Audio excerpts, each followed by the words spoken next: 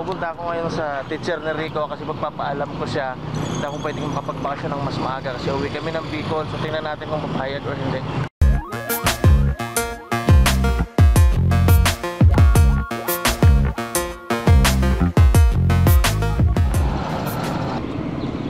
Ayun, so ganito, pumunta ako sa school nila. Then kinausap ko yung teacher ni Rico.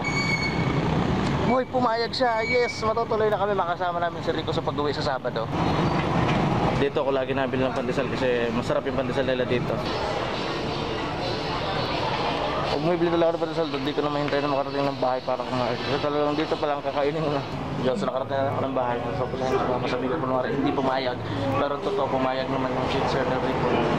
Pumayag siya magbakasyon para makasama sa amin sa Bicol. Hello, baby girl. Baby Kent, oy! Asus, kakainin na kaagad yung pandesal, oh. Di ba tanggal, ma? Oh, ma, ito na yung sabi ni Ma'am, ni Ma'am Joanne. May pasok pa daw sa Rico hanggang Martes.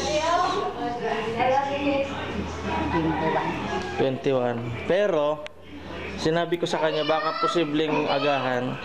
Pwede ka na maging pake. Martes, Linggo. Ay, Martes, Linggo. Sabado or Linggo, pwede na tayong umalis.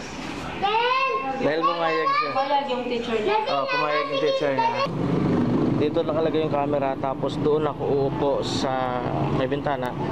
Ayan, so pasilip ko sa inyo yung screen. Ayan, ayan, ayan.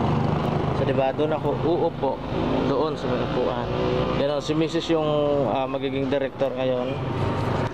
Siya yung magsasabi sa akin kung ready na or hindi pa. So ngayon, pupunta muna ako doon.